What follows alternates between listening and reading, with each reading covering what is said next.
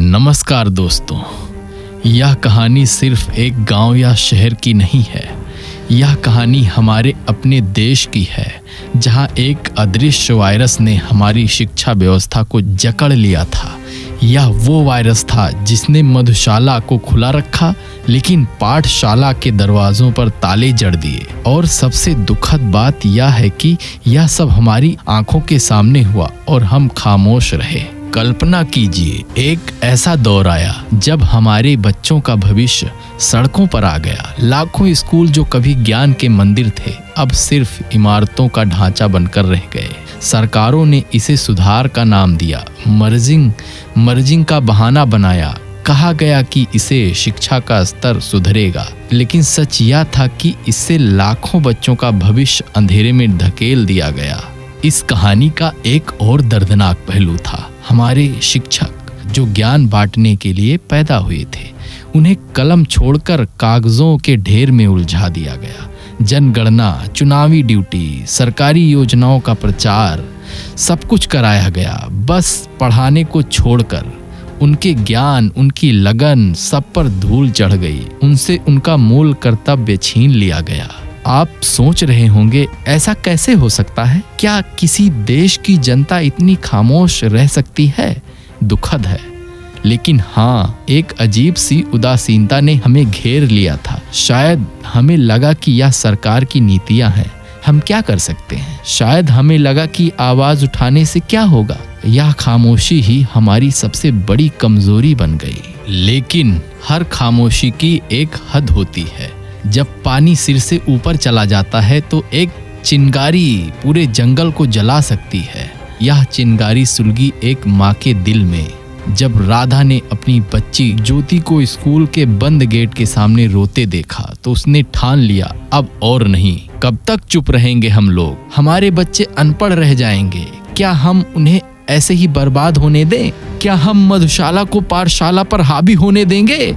राधा की आवाज फैलने लगी। उसकी हिम्मत ने दूसरों को जगाया। एक एक कर लोग उससे जुड़ते गए। यह सिर्फ एक माँ की पीड़ा नहीं थी, यह लाखों माता पिता का दर्द भरी पुकार थी। यह सिर्फ एक स्कूल खोलने की लड़ाई नहीं थी, यह शिक्षा के सम्मान की लड़ाई थी। यह उस व्यवस्था के खिलाफ विद्रोह था जिसने ज्ञान को बाजार और उपेक्षा की भेंट चढ़ा दिया था। हर गली, हर चौराहे से यह आवाज उठने लगी कि शिक्षा हमारा अधिकार है और हम इसे छीनने नहीं देंगे। सरकार को लगा था कि यह कुछ दिनों का शोर है, शांत हो जाएगा।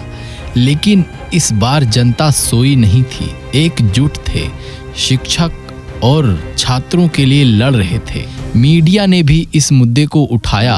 हर तरफ से दबाव असहनीय हो गया। तभी टीवी पर शिक्षा मंत्री गंभीर होकर बोल रहे हैं, हम जनता की भावनाओं का सम्मान करते हैं। शिक्षा हमारे बच्चों का भविष्य है। हमने अपनी नीतियों पर पुनर्विचार किया है। देश के सभी बंद स्कूलों को तुरंत प्रभाव से खोला जाएगा। शिक्षकों को उनके मूल कर्तव्य यानी पढ़ाने के लिए ही नियुक्त किया जाएगा। यह एक ऐतिहासिक पल था। ज्ञानोदय पाठशाला फिर से खुल गया था। सिर्फ वही नहीं, देश के कोने कोने में बंद हुए स्कूल फिर से जीवंत हो उठे। यह सिर्फ सरकार की हार नहीं थी, यह जनता की अटूट शक्ति की जीत थी। उन शिक्षकों की जीत थी जिन्होंने अपनी पहचान वापस पाई थी। आज उस देश में फिर से सुबह की किलकारियां गूंजती हैं। ज्ञानोदय पाठशाला फिर से ज्ञान की रोशनी बिखेर रहा है। यह कहानी हमें बताती है कि जब जनता सोई रहती है तो अन्याय होता है, लेकिन जब जनता जागती है, अपनी आवाज उठाती है, तो कोई भी ताला बंद नहीं रह सकता। यह कहानी सिर्फ एक अतीत नहीं, यह एक सीख है, एक चेतावनी है। शिक्षा हमारा अधिकार है, इसकी रक्षा करना हमारा कर्तव्य। याद रखिए, एक चिंगारी पूरे जंगल को जला सकती है, एक अकेली आवाज एक आंदोलन बन सकती है। अपने अधिकारों के लिए खड़े रहें, अपने बच्चों के भविष्य के लिए लड़ें। जहां शिक्षा का प्रकाश होता है, वहीं एक सशक्त राष्ट्र का निर्माण होता है। दोस्तों, यह कहानी आपको कैसी लगी हमें कमेंट में जरूर बताएं। अगर आप ऐसी और कहानियां देखना चाहते हैं सब्सक्राइब करना ना भूलें और इस वीडियो को लाइक करें, ज़्यादा से ज़्यादा लोगों तक पहुंचाएं, अपनी आवाज़ उठाएं, बदलाव लाएं। धन्यवाद।